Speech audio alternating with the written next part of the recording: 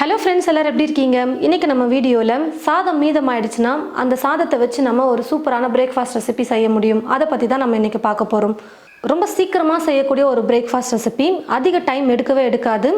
ஆனால் எல்லாருக்கும் ரொம்ப பிடிக்கக்கூடிய வகையில் இந்த பிரேக்ஃபாஸ்ட் வந்து இருக்கும். வாங்க இந்த ஈஸியான பிரேக்ஃபாஸ்ட் ரெசிபி எப்படி செய்கிறதுன்னு பார்க்கலாம்.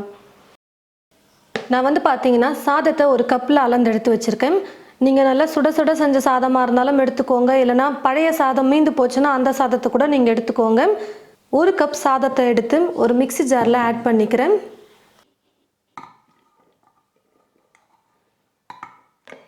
சாதம் எடுத்த அதே கப்பில் எல்லா பொருளையும் மலர்ந்து சேர்த்துக்கிட்டோம்னா கரெக்டாக இருக்கும். இப்போது 1/4 கப் அளவுக்கு அரிசி மாவு சேர்த்துக்கிறேன், பச்சரிசி மாவு. 1/4 கப் அளவுக்கு தயிர் வந்து சேர்த்துக்கிறேன். தயிர் வந்து ரொம்ப புளிச்சிருக்கக்கூடாது, நல்லா ஃப்ரெஷ்ஷாக இருக்கிற மாதிரி தயிர் எடுத்துக்கோங்க. 1 கப் சாதத்துக்கு 1/4 கப் அரிசி மாவு, 1/4 கப் தயிர் சேர்த்துருக்கேன். மிக்சியில் போட்டு கொஞ்சம் லைட்டாக அரைச்சதுக்கப்புறமா தண்ணி சேர்த்து நல்லா நைஸாக அரைச்சிக்கோங்க. சாதம் வந்து நல்லா நைஸாக மசிஞ்சு வர வரைக்கும் அரைச்சி எடுத்துக்கோங்க. பாருங்கள், நல்லா நைஸாக அரைச்சி எடுத்துக்கிட்டேன். சாதம் வந்து நல்லா மசிஞ்சு வரணும், இந்த மாதிரி நல்லா நைஸாக தண்ணி சேர்த்து அரைச்சி எடுத்துக்கோங்க. இப்போது இந்த மாவை ஒரு பாத்திரத்துக்கு மாற்றிக்கலாம். இப்போது மாவுக்கு தேவையான அளவுக்கு உப்பு சேர்த்துக்கிறேன். கொஞ்சமாக சோடா உப்பு சேர்த்துக்கிறேன். எப்போவுமே நம்ம மாவு கரைக்கும் போது தோசை இட்லி செய்கிறதுக்கு சோடா உப்பு போடும் பாருங்கள், அந்த அளவுக்கு நீங்கள் சேர்த்துக்கோங்க. கொஞ்சமாக எவ்வளோ மாவு எடுக்கிறீங்களோ அதுக்கேற்றது போல். கூடவே இது கூட ரவையை வந்து கடைசியாக சேர்த்துக்கிறேன். வறுத்த ரவை, வறுக்காத ரவை, எந்த ரவையை வேணால் நீங்கள் சேர்த்துக்கலாம். நான் எடுத்திருந்த சாதத்துக்கு 3 ஸ்பூன் அளவுக்கு ரவை சேர்த்தா கரெக்டாக இருக்கும். இப்போ இது எல்லாத்தையும் சேர்த்து கலந்து கொடுத்துக்கலாம். மாவு வந்து பார்த்திங்கன்னா நல்லா கெட்டியான பதத்தில் இருக்குது. கொஞ்சம் தண்ணியை சேர்த்து நம்ம கரைச்சிக்கலாம்.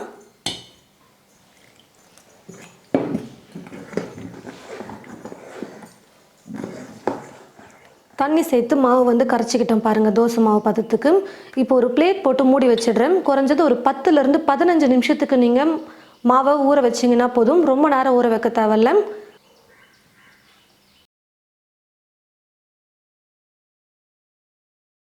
பாருங்கள் ஃப்ரெண்ட்ஸ், மாவு வந்து 10 நிமிஷத்துக்கு நல்லா நான் வந்து ஊற வச்சுக்கிட்டேன். ரொம்ப நேரம் கூட நான் ஊற வைக்கல, கரெக்டாக 10 நிமிஷம் ஊற வச்சு எடுத்துட்டேன். மாவு வந்து பார்த்திங்கன்னா ரவை சேர்த்துருக்கிறதுனால ஊறினதுக்கப்புறமா பாருங்கள் எந்த அளவுக்கு கெட்டியாக இருக்குதுன்னு சொல்லிட்டு. கொஞ்சம் கெட்டியான பதத்துக்கு வந்துருந்ததுன்னா கொஞ்சம் தண்ணி சேர்த்து மாவை கரைச்சிக்கோங்க. ஃபஸ்ட்டே நீங்கள் தண்ணியை கரைச்சிருந்தீங்கன்னா கரெக்டாக இருக்கும். இல்லை கொஞ்சம் கெட்டியாகிடுச்சு அப்படின்னா கொஞ்சமாக தண்ணி சேர்த்து நீங்கள் மாவு வந்து தோசை மாவு பதத்துக்கு கரைச்சி எடுத்துக்கோங்க. ஸ்டவ்வை பற்ற வச்சுக்கிட்டு ஸ்டவ் மேலே தோசை கல்லும் வச்சுட்டேன். கல்லும் நல்லா சூடேறிடுச்சு. இப்போ கரைச்சி வச்சுருக்கிற மாவை நம்ம தோசை ஊற்றி எடுத்துக்கலாம்.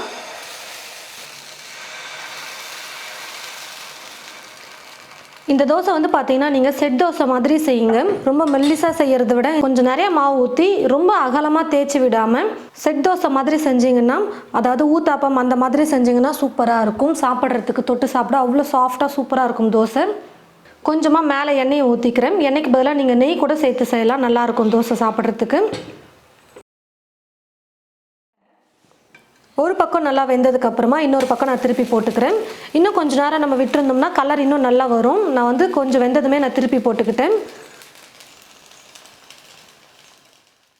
இதே போல் மீதி இருக்கிற எல்லா மாவையும் மெல்லிசாக ஊற்றாமல் செட் தோசை மாதிரியே நம்ம செஞ்சு எடுத்துக்கலாம்.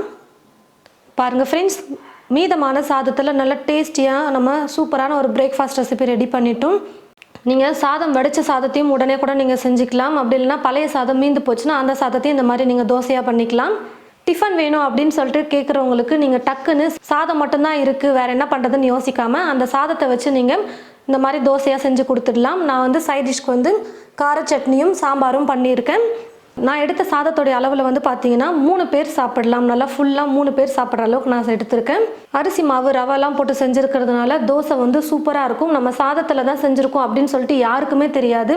முக்கியமாக நல்லா மெல்லிசாக செய்கிறத விட இந்த மாதிரி நீங்கள் செட் தோசை மாதிரி கொஞ்சம் ஊத்தாப்பம் மாதிரி மொத்தமாக கொஞ்சம் செஞ்சிங்கன்னா சூப்பராக இருக்கும் சாப்பிட்றதுக்கு. அவ்வளோ நல்லா சாஃப்டாக இருக்கும் பாருங்கள், தோசை பஞ்சு போல் இருக்கும், சாப்பிடவே அவ்வளோ நல்லாயிருக்கும். நீங்கள் சாதத்தை வச்சு தான் நீங்கள் செஞ்சுருக்கீங்கன்னு சொல்லிட்டு யாருக்குமே தெரியாது. ரொம்ப டேஸ்டியாக நீங்களும் உங்களுடைய வீட்டில் இந்த மாதிரி சாதம் மீந்து போச்சுன்னா தோசையை செஞ்சு பாருங்கள். செஞ்சு பார்த்துட்டு எப்படி இருக்குன்னு மறக்காமல் கமெண்ட் பாக்ஸில் வந்து கமெண்ட் பண்ணுங்கள். இந்த வீடியோவை மற்றவங்களுக்கும் ஷேர் பண்ணுங்கள். இது போல் நிறைய ரெசிபீஸ் பார்க்க என் சமையல் என் சுவை சேனலை மறக்காமல் சப்ஸ்கிரைப் பண்ணிக்கோங்க. கூடவே பக்கத்தில் இருக்கிற பெல் ஐக்கானை கிளிக் பண்ண மறந்துடாதீங்க. தேங்க்யூ.